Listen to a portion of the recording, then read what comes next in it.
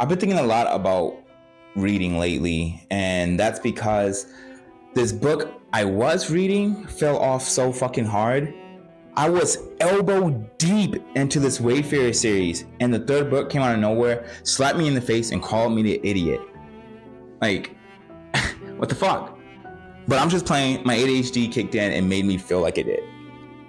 But I was so into the series. The first two books had me soaked. Then the third book came and I was drier than SpongeBob in that one episode. I know that you know that episode I'm talking about. I'm probably gonna put the clip in right now. I don't need it. I don't need it. But I needed a book to make me soak, bro. I needed a book to make me moist so I can enjoy it and splurge all over the internet about it. Like, did you read this book? It's so fucking amazing. But at last, it didn't like connect to me. And that's okay. I see that this book, this entry, the third one, wasn't for me. But it took me a while to know that. Because at first, because of that, I didn't read for about 3 or 4 months. And I started falling back into my old ADHD patterns of self-loathing and shame. And I thought the reason I couldn't finish this book, I couldn't read this book, is because I lacked the capabilities to do so. But turns out that was a lie. That society told me, and I just internalized it for my entire life. But I'm starting to read a book now, and I don't want you to be upset. I don't want you to be upset, but this may come to a shocker to some of you. And the new book I'm reading, I got it from my own bookshelf. I know. You're not supposed to read books off your own bookshelf. It's like the saying, don't get high off your own supply. But hey, there was no other books for me, and this book sounded interesting. You're supposed to go to the library or go to your friend's house to get books, not your own place. And before I forget, go support your library. Please go support your library.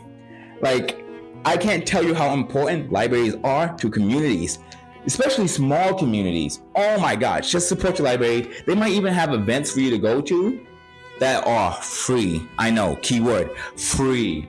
That's pretty powerful. So go support your local library. If you take one thing from this video, please let it be supporting your library. But to talk about the book I'm reading, the book I'm reading is an anthology series with 16 different stories from 16 different authors. And if you don't know what an anthology series is, it's a collection of stories, episodes, or like a collection of poems that don't necessarily that has no connection to one another outside of maybe themes. And the book I'm reading is called A Phoenix First Must Burn. And oh my God, I'm 3 stories in out of the 16, and it's phenomenal.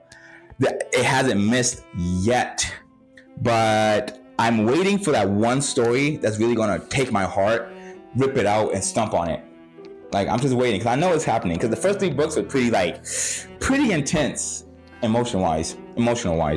Growing up, if you're like me, you like fantasy books. You like fantasy, sci-fi.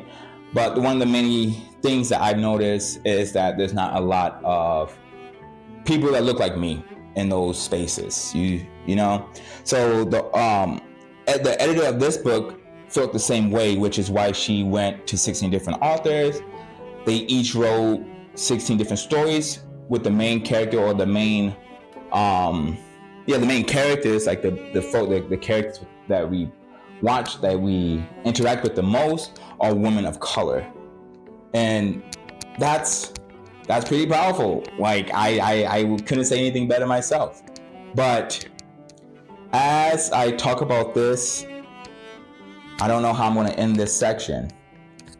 Let me just...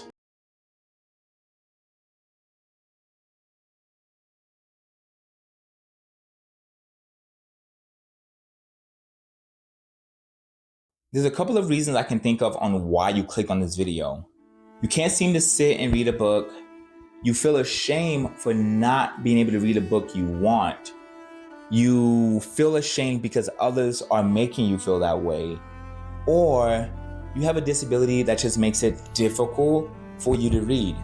And if I didn't say a reason that really clicks with you, please, if you are comfortable with it, leave a comment below stating on why you feel that way or how you feel, because you don't know, 5 years down the line, someone else might be watching this video and see in the comments that they're not alone in this world with their struggles. And only if you're comfortable, please share. But just know that everyone's journey is going to be very different.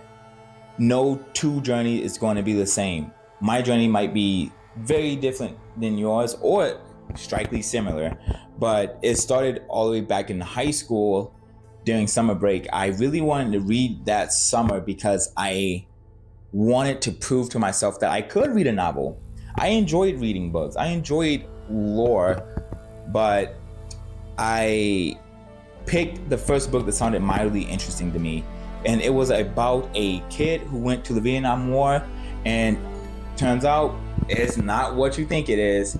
So my goal with that was to read a chapter a day or a week. I can't really remember, but long story short, the only thing I gave that I succeeded was giving myself depression because of the shame I felt for not being able to read a book I wanted. And around this time, the second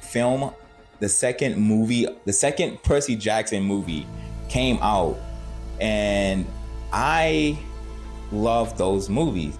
And I know you're saying, like, y'all got those hate comments. Please leave those comments of how much you hate the Percy Jackson live action movies, but I like them, but I need that engagement, I need that engagement.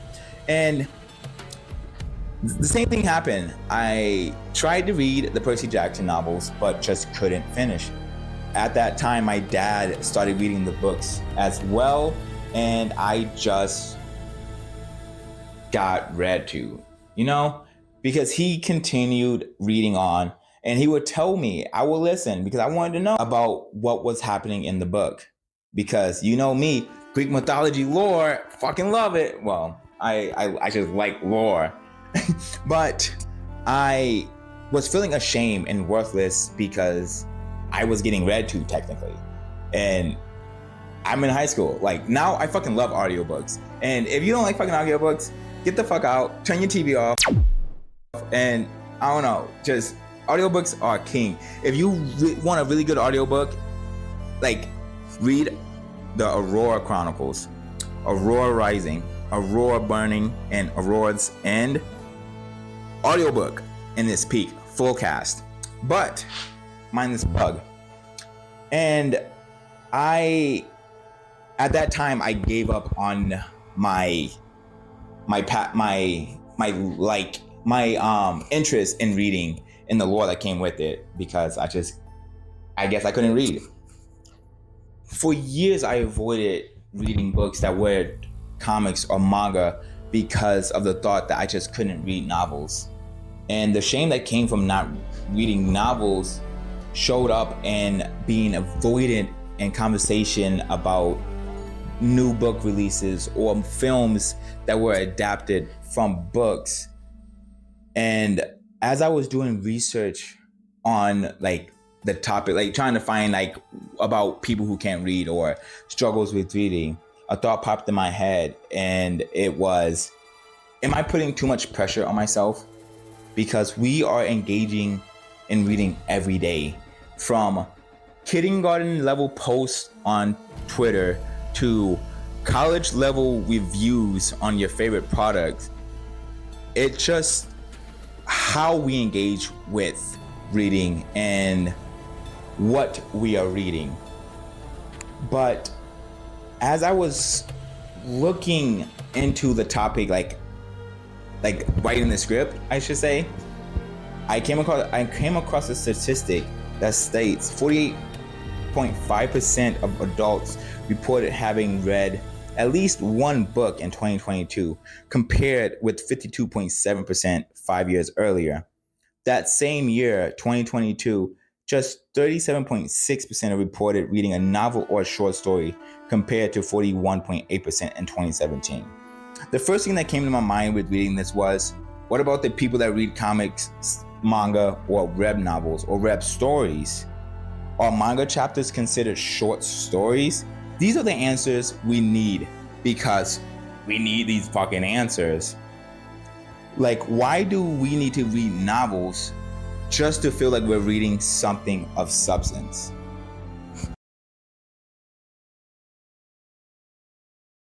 It's an amazing way to discover yourself. No matter what you read or how much you read, the things you have read become a part of you in some way, shape, or form.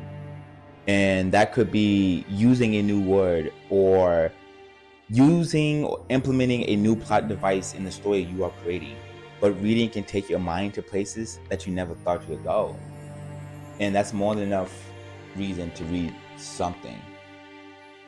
And I learned a lot about myself these past couple years from the books I've read, and they taught me more about my identity and how to handle issues that my ADHD has brought up. And for that, I will forever be grateful to reading. And these past 10 or so years of struggling with reading, but it made me stronger. And the struggle is still there, but I can face it a little bit easier now. I'm no longer ashamed for not reading in my earlier years of life. And I'm grateful for reading now and embracing the stories that I am reading. And before I go, I just want to say thank you for clicking on this video and watching this video. And I hope you leave this video feeling a little bit better about yourself, knowing that you're not alone in this struggle. There are others out there who are willing to help or even talk about their struggles to make you feel less alone. And you are stronger than you give yourself credit for. And the first indicator of that is you clicking on this video. And I want to say thank you. But I'll see you next time, Chingu.